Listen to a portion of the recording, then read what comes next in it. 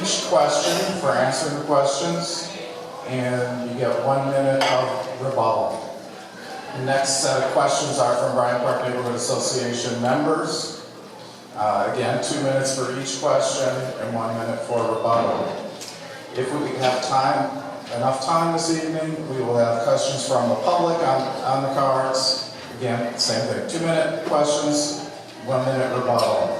And closing will be 3 minutes from each candidate. Please, be nice, keep it fair. Not, whatever, it's a family affair here. And then our intent is to end the meeting, the candidate forum, at 9 p.m. If it looks like it's going to last longer than that, we got to go home. Some of us have kids. If the entertainment is too great, we'll reconsider. But 9 o'clock. Thank you.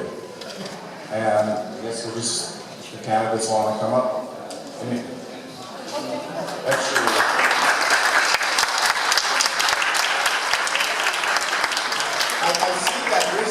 I see that this year we have no formal order. We had names on the chairs before.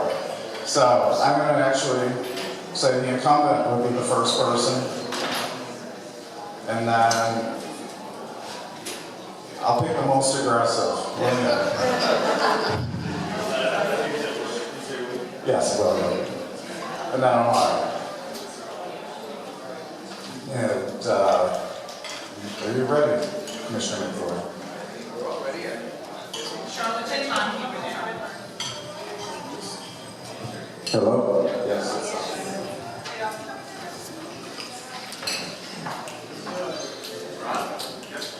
All right. Welcome. Thank you all for coming out. This is what makes democracy work. Us coming and informing ourselves, informing our friends and neighbors. Thank you. Many of you know Christopher McFoy. I've been an incumbent for District 2 for a while.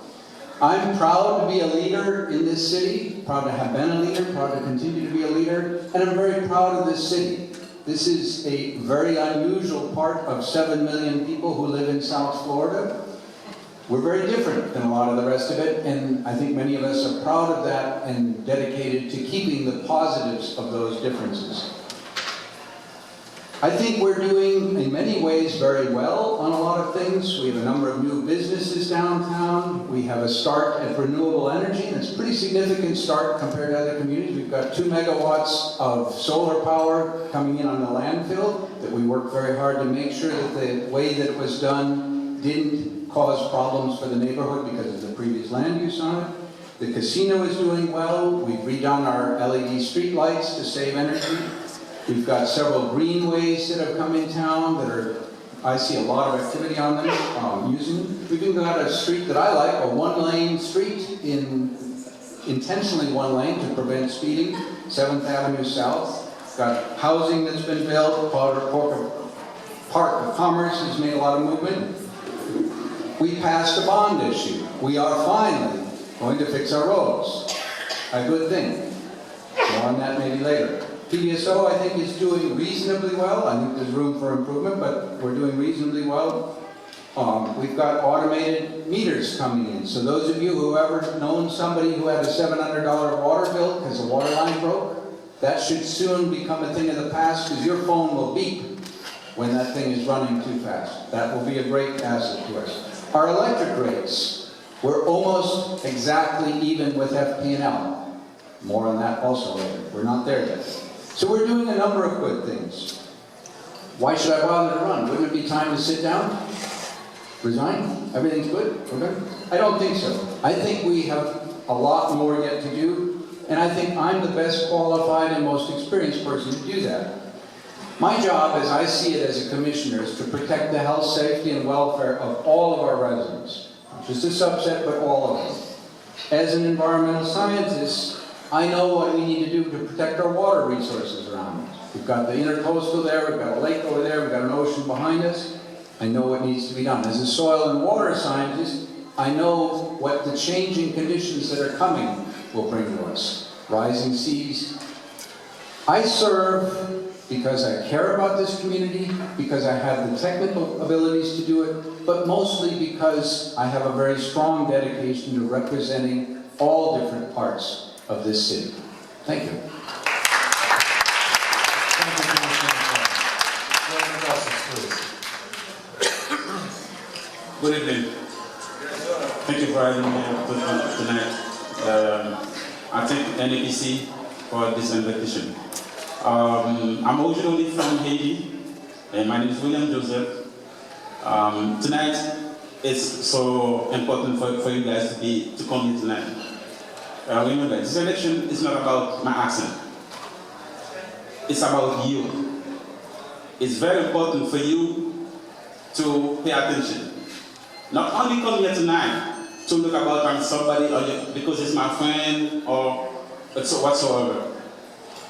If somebody been there so long, things cannot be changed for you.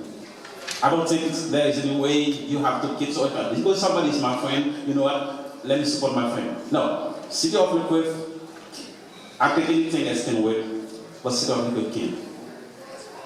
I'm here since 1995. I know the city very well. Pretty much, most of you probably been there for 3 years and a couple of years. I'm always there, and serving people, feeding homeless, especially with former Commissioner with law. That's what we do. I wasn't even having intention to run for office, since all the time that I've been serving the city. When the hurricane comes, we are always hitting the road to make sure everybody's safe.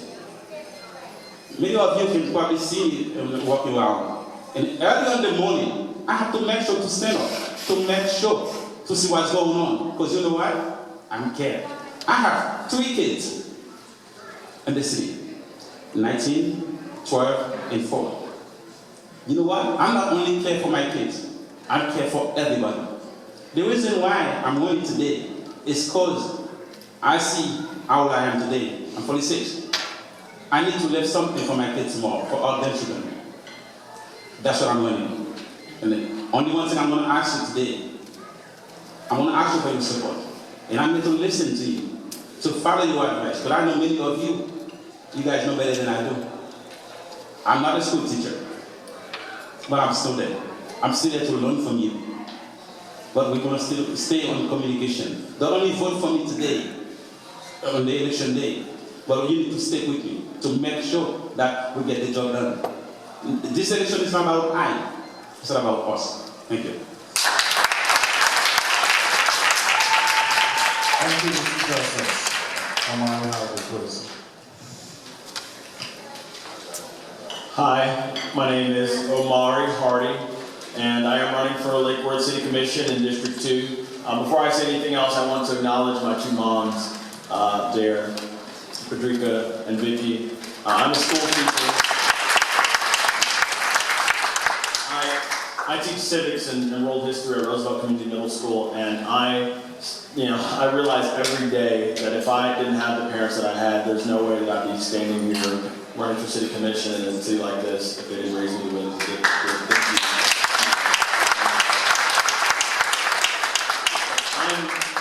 I'm running because I believe that Lake Worth has some wonderful things coming in its direction, and I want to lay the foundation here in the city so that we can best take advantage of the opportunities that are coming our way. And so what does it mean to lay a foundation here in Lake Worth? Well, first of all, I think it starts with making our city safer.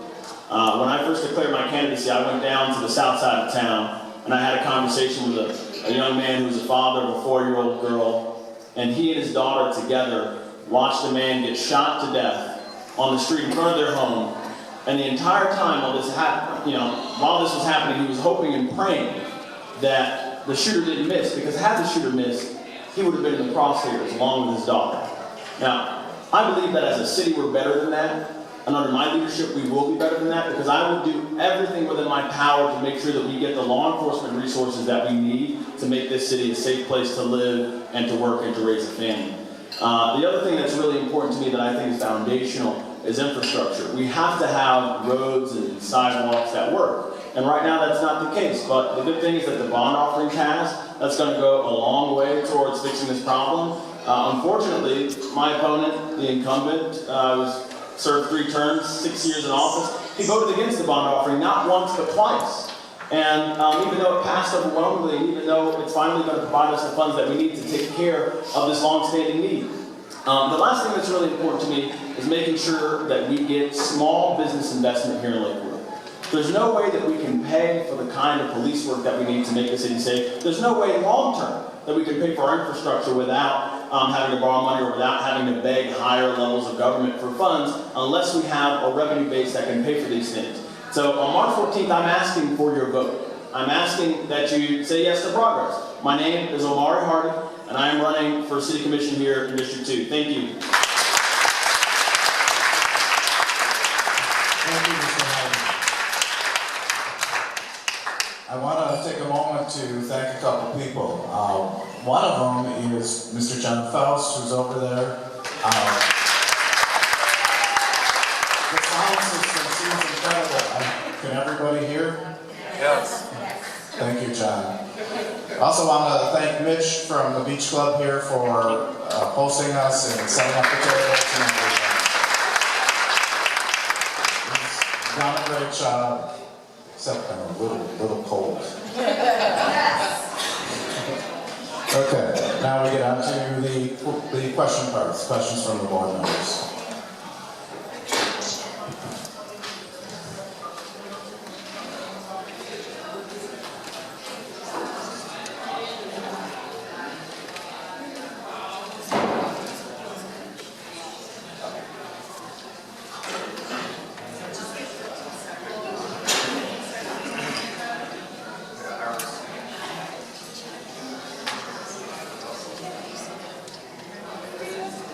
Hello? Is 15-second warning okay? Do we need a 1 minute? It's 2 minutes. 30 second? That sounds good. Okay. The first question is, what will you do to improve the Dixie Highway corridor? Commissioner McGuire.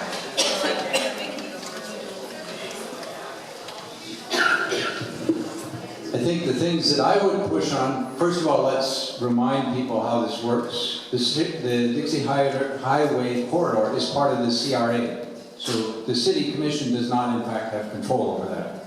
We have very little influence over it. However, we can lean on things a little bit and maybe make some difference. I would love to see Dixie Highway as a much slower street and much easier to cross and with much better parking for the businesses that are already there and the businesses that will come in here. That's a big need. It's not an easy place to get in and out of at this point, and a lot of businesses complain about that. CRA is interested. They've already got a study in place, or I think it's partway through at this point, of ways to attract businesses.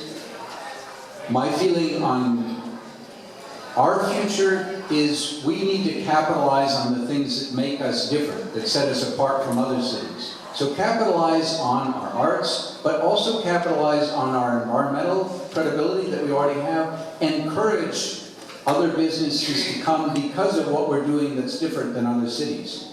We aren't going to compete with West Palm Beach, we aren't going to compete with Delray. But we have things that they don't have. Make sure that that becomes part of our business model to the extent that we're involved in it. Thank you. Thank you, Commissioner Boyd. Ms. William Joseph. I know if the other city when you drive by in Delray, you see the way it looks. You went to some Miami Beach, you went to any other cities. They work. Only one thing we don't have to do, just to make sure call our industry. Talk to our countrymen, our deputy. And then I know there's a lot we cannot do for ourselves in the city. But we would like to have them. We would like to wake up one day and see our cities is green and beautiful. Everybody will be more than happy to see that. Not only drive somewhere else, and it's still thinking about this, this city is nice and clean. What about us? Only one thing we have to do. You know you cannot do it by yourself. You have to make sure to work together. And then call those guys to make sure they come back and they do what they're supposed to do. We are the only vote for them. When we need, we already know where we have to call. We know the congressman. Why don't we call them? If I become city commissioner, and I promise you that, I can guarantee that, I already need contact. I know which person that I can call to make sure to come back to do what they're supposed to do. And we already in contact. They know, and then we can do better. Thank you, Mr. Joseph. Mr. Wagner. So, at the risk of being repetitious, I do believe it starts with that foundation, in particular with safety. I was having a conversation with a business owner up on Dixie Highway actually this week, and he owns a music rental shop. And he was complaining to me about the fact that while families are coming here with their kids who are in middle school and high school band, trying to rent a band instrument, they have to watch drug addicts do what we know drug addicts do. They have to deal with prostitution that is rampant on Dixie Highway. And it's hard to attract people to own a business or to buy property on Dixie Highway if that's what they're contending with. And so for me, it starts again with safety and with crime. Unless we make the city a safe place to live and attract them and invite them in that way, it's going to be very difficult to ask someone to invest in North Dixie Highway. The other thing is, we absolutely must take advantage of some of the good things that are happening north of the C-51 canal in West Palm Beach. And that honestly has to do with our regulatory posture here in Lakewood. We have too many regulations for businesses here, and we have to take a look at some of those so that we can make sure that we're attracting them here and not making it harder for them to do business.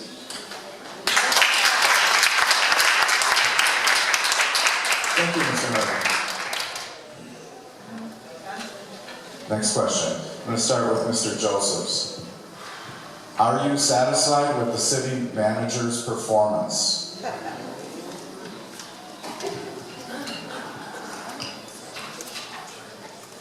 This city is on the move right now. I think the commission is working. They try to work hard to make sure to make it happen. I invested. I'm a private detective. 17 years. I know what's good, I know what's bad. But we still have more to get done. If I become a city commissioner, and I will make sure to work with my colleagues to get, the city that all the residents deserve they need. So I will make sure to do that. Thank you, Mr. Joseph. Mr. Wagner. I believe that Mr. Bornstein, our city manager, is doing more good things than bad things. I think he's been an improvement on what we've had here in the past, and I would like to see us continue to go in that direction. It's easy to poke holes, and it's very easy to criticize someone, but he has a tremendous task ahead of him, particularly when he came in. He's helped clean the situation up, and we need to do a good job of making sure that he's continuing to do some of the things that he's continued doing here. Thank you.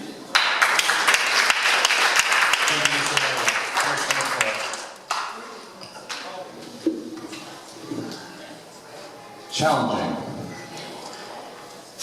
I think that Michael Bornstein has done very many good things. I think we're all three in agreement on that. He's a personable person. He interacts with the community. He interacts with the employees. That said, I think we need more leadership, stronger leadership on certain things that we could have had. We had a finance department that was in shambles for several years. We went through 2 or 3 finance directors. We had an HR department that was in shambles. We paid money to get rid of one of our HR people. That was not good. That set us back. That set our reputation as a city that doesn't have it together. That makes it hard to attract good employees, and when you don't have the strongest employees and retain the talent, you're not going to get the best service in the city. And as residents, I want to make sure that you get the best. So I try to look out for employees. So we've had some problems that It's hard to know where exactly to put the blame. I give Michael a lot of credit for a lot of things, but I think we need to step up a bit more. One big one that all of you, I think, have heard of is customer service. How many people have tried to call some department in City Hall and got no answer, or no call back, or just couldn't get anybody? It happens a lot. That's a problem. The issue is not regulations that makes it difficult for businesses. It's simply that we need to be competent and proactive interacting with businesses, and we have a ways to go on that. Thank you, Commissioner McCoy. Yes, that's what I was just going to remind you. If you do want to rebut one of the statements, you can, Mr. Hardy. Well, I'd like to say that obviously there are some things we could do better, but it's hard to retain talent when you're not paying them well and when you haven't given them raises in years, and that was the case here.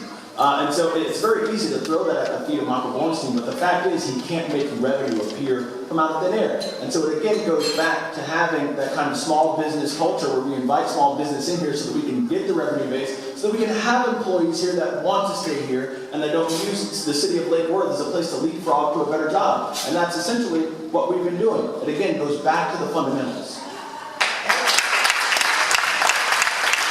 Thank you, Mr. Hardy. Ready for the next question? This is just the luck of the draw.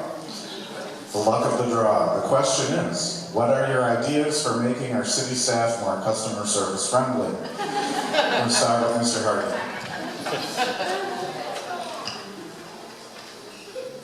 How many people here have met Jack Borsch, our electric utilities director? Raise your hand if you have. Yeah, so he's an excellent man. And many years ago, our electric utilities department had a terrible record of customer service, and he came in and he turned that thing around. So something that he's going to be working on, and something that I encourage him to work on, is creating essentially a call center here, and essentially exporting what they've been doing in the electric utilities department to the rest of the city. And that's Jack Borsch's expertise, in addition to him being a wonderful engineer and a wonderful director of our electric utilities. That's something that I want him in charge of here, and I can't wait for him to do it. Thank you. Thank you, Mr. Hardy. Commissioner McCoy. Your turn. Actually, it's, in my opinion, important to keep the facts straight. It's easy to get them mixed up. I agree that our current electric director has brought a lot of good energy into the process, no pun intended. However, the issue of making a call center has nothing to do with him. That was an idea that Michael Bornstein actually has pushed for a while. My frustration with it is I've heard Michael talk about it for a long time, but it is yet to happen. Michael actually did great work with the customer service for where you pay your bills for the electric. I think we turned that around. It was a big source of problem for the city. That actually got turned around with city employees, not outsourcing it, which was good. But for reasons that puzzle me, we are still not there at having a single place that you can call and it deals with all the things that you would have to deal with in the system. What I tell City Manager Bornstein on a regular basis is hire a team of very competent, educated, knowledgeable people who make it their business to be cross-trained through all the different departments of the city so they actually know content. Look at what American Express does for customer service training and make sure that we don't have a situation where a resident calls up and says, hey, I've got rats in my toilet. Can you help me out? I got a call on that in Connecticut from a resident. And the answer was, I think you should move. That is not reflective of good training of our customer service. We need work on that. It shouldn't be that hard to make sure that there's always somebody there who can answer questions knowledgeably and get stuff done. That's what we need to have. Thank you, Commissioner McCoy. Mr. Josephs, and by the way, if you ever need me to repeat a question, please ask. Thanks. That's the biggest problem that we have in the city with electricity. I walk all the way around. It's only one thing people keep saying. They have two mortgages. You can see how many businesses who close in the city because of that situation. Sometimes they say they don't want to stay there. This city is not living. We cannot live there. Business go, people keep living. We lose it. But I've been on the meeting so many different times. Only one thing I see. People keep fighting, opposing stuff. Don't even think about yourself. Think about all of our residents. Some of them they don't have good jobs. They have to work for way far and Boca to bring the money over here. Guess what? I have a couple of people that I know. They get a house about $1,500. How much they pay for the electric? Two bedroom, they pay $800, $900. I know we can do better. It's not only for me. It's not only for you. It's for all of us. And I think everybody that they have the same concern. Electric power, I want to leave the city. This city is so beautiful. That's why we all live here. But only one thing I'm going to ask is to make sure that our commission, to make sure that they work on it.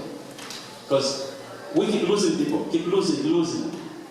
And then, so if I become the city commissioner, I'm going to work very close. That's what my dad used to tell me. We have teamwork. I'm going to work very close with my commission, with my private commission to get that result. And then I promise that we can do that.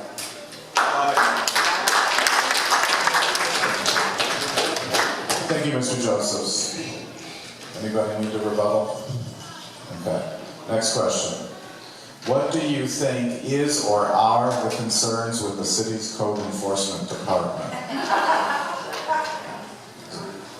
Commissioner McFoy.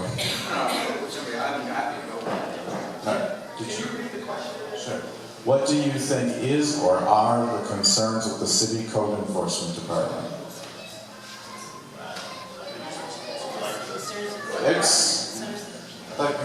I'm actually shifting who goes first, and that would be Commissioner Bryant.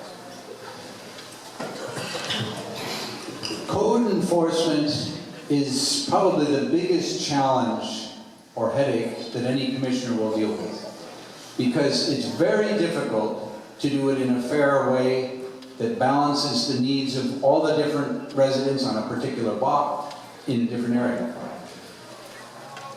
I run into situations regularly where people call me up and say, the city came by, they said that I wasn't following this or that rule, it cost me $500, $1,000 to deal with it. That's a lot to put on people in this, that's a lot of money to put on. At the same time, I also talk to residents who say, look, I put a lot of energy in my house, and look at that one, it's a mess. So here's what I would do with code enforcement. A couple specific things. I would get the commission to commit to what I've already asked for, worst first. What does that mean? What is it exactly that we consider the worst problems as a community? And we write down that list so that when somebody comes in and calls to code enforcement, that if it's not a worst problem, that we push that down.